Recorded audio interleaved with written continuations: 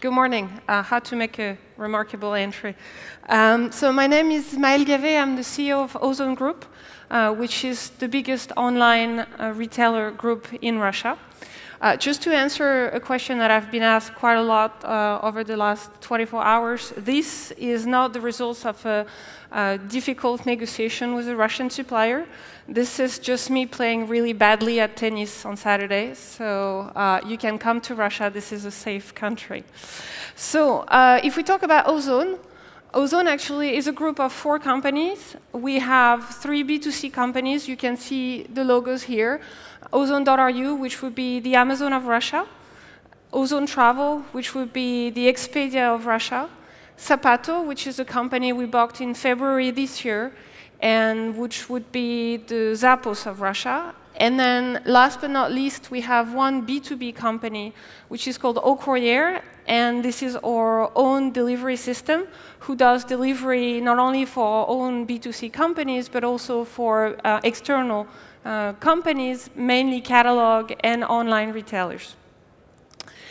So we decided today that we were not going to show you some financial boring numbers. We're going to talk to you about our customers. And we wanted to introduce you to one of our very loyal customers. This is Ivan. And Ivan has a very typical Russian family. He's married. He has 2 kids. He has his mother living with him. And he has his cat, which is called Cat. And Ivan makes a lot of orders, and he makes a lot of orders across our 3 companies. He bought, as you can see, a lot of goods on Ozon.ru. Ozon.ru, following an Amazon model, sells not only books, we do also sell electronics. We sell goods for your house, for your kids, for your pets. We also sell digital goods. But Ivan this year decided that he was not that interested in digital goods. Ivan also bought a lot of shoes on Zapato. Zapato has the biggest assortment of online shoes in Russia. We do shoes for men, women, and kids. Not surprisingly, women tend to shop more shoes than men, so that explains why you will see here more female shoes than men's shoes. And finally, Ivan travels. He buys tickets on Ozon Travel. He did buy a return ticket to Paris this year for his wife and him. He also bought some train ticket back to Yekaterinburg, where his family is from. He also bought some hotels, because Ozon Travel sells hotels, insurance, and return tickets. So that all looks fine. And I'm sure most of you are very familiar with the usual process of online purchase. You place an order online, you paid for it online, then your order is picked and packed at the warehouse. It is given to a delivery company and being delivered to the customer house. That's the way Amazon works. That's the way the majority of online retailers dealing with physical goods work in the world. It is slightly different in Russia. So the first thing is that usually Ivan, for example, Ivan's mother, doesn't really like working with the internet, and she does prefer to call us. So she will place her order over the phone, usually looking at her computer, nevertheless, and explaining to our operator the best way to place the order for her, but not placing the order herself. Very different from what the majority of Amazon customers will do. The second thing is a lot of our customers, and Ivan's wife is one of these customers, they actually really want us to call them back, because pressing the button, placing an order, is not reassuring enough, so they want us to call them back. And we try to call every single first order customer. We also tend to call when they ask for it. There is a special form for that. We can call back if the customer just wants us to confirm the order, even if it's already the 20th order he places with us. And because we don't always have the goods at the warehouse, and we try to do more and more drop shipping, we do have sometimes have to call back the customer a second time to confirm the order. Once this is done, you would expect that the order is placed, paid online. Actually, no. In Russia, that's not the way it works. In Russia, the majority of customers, and Ivan is one of them, they will want to have cash on delivery.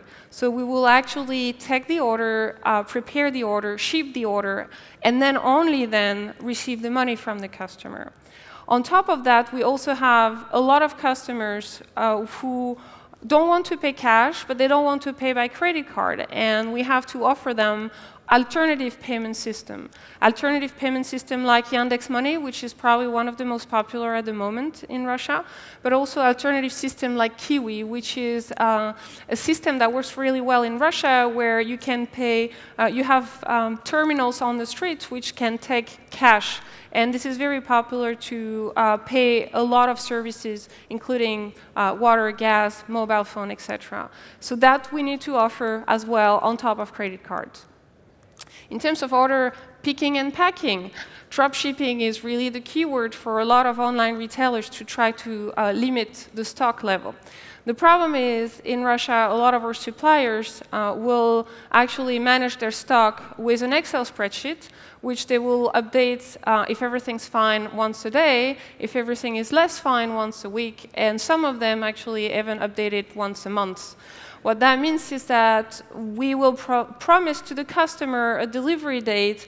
The reality will be either this date, or a day later, or a week later, or even sometime never, because the supplier just realized that actually he doesn't have these goods anymore, and is not planning to have it anymore.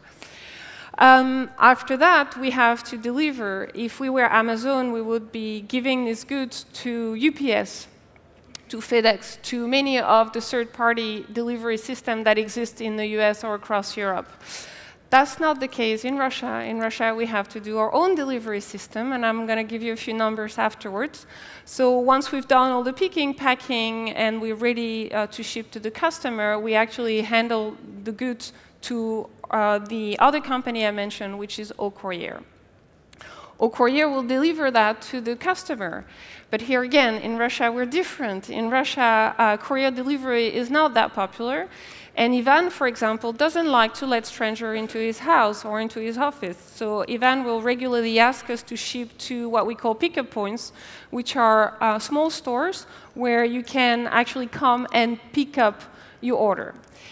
If, like Ivan's wife, you're actually okay to get courier delivery to your house because you're not that scared, there is also a big difference.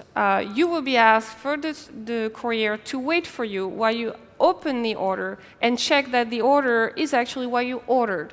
We cannot in Russia do what is common in the West, where the post or UPS, FedEx will come, give you the goods, and then whether you're here or not, it doesn't matter, because you're anyway not going to open the box in front of the courier doing the delivery. In Russia, that's not like that. Every single customer is going to want to open the box and check what is inside, and if it's an electronic item, he's actually going to want to test it in front of you. And last but not least, we have snow in Russia. And then once in a while, especially in winter, that kind of slows down slightly our delivery system, which means that after having done the first and second calls, which I mentioned before, sometimes we have to do a third call to tell to the customer, oops, we're sorry, snow is going on. And because of that, our truck is going to be a bit late. Most of the time, 24 hours, but we can have worst case. The 48 was one of the examples that happened to Ivan in Yekaterinburg. What does that mean in terms of number? On average, that's what we did. That's what we did in Q2 for Ozon.ru, 250,000 orders. That means a bit more than 2 million products. That means 1,500 employees. That means 3 call centers working 24/7 and 1 email center, because email is also very important to talk to our customers. You can see here the number of inbound and outbound calls. I suspect that actually right now, as we are in Q4, this number has significantly increased, giving you an idea about the number of people we need to have in our call centers, which are not included into the 1,500 people you can see over there. And we do still, in Ozon.ru, have 7% of the orders which are placed over the phone. 21 payment methods, despite the fact that cash on delivery is still 80% of our sales. And we have to deal, on average, with 10% of the goods that we are supposed to receive from supplier being late, mainly because there are some stock management issue from a supplier perspective. So that's a few sets of numbers. And also, we have our own delivery system, as I mentioned before. This is a set of assets that we have. We have a central warehouse, 28,000 square meters. We have 5 regional hubs. We have more than 2,000 of these pickup points I mentioned before, and we are targeting 4,000 in the next 2 to 3 years. So we're very, very active in developing them. We're talking about 16 different distribution systems. I mentioned only 2, but they are actually slightly more complex systems that are requested by customers. And finally, we have 200 delivery people in Moscow and St. Petersburg. These are the people who do the last mile. These are the courier that goes, when you're okay with it, that goes to your door. What does that mean for us?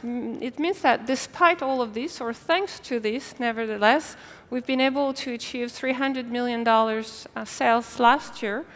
We are on our way to do $500 million this year. We grew last year by 80%, and we intend to keep a very healthy growth rate this year. So Russia is not always an easy country to do business with, but when you manage to get there, it's actually a very, very attractive one and a very, very booming one at the moment. Thank you very much for your time and your attention. If you ever come to Moscow and you want to win at tennis, I'm here. You see, you're probably going to win. Thank you very much.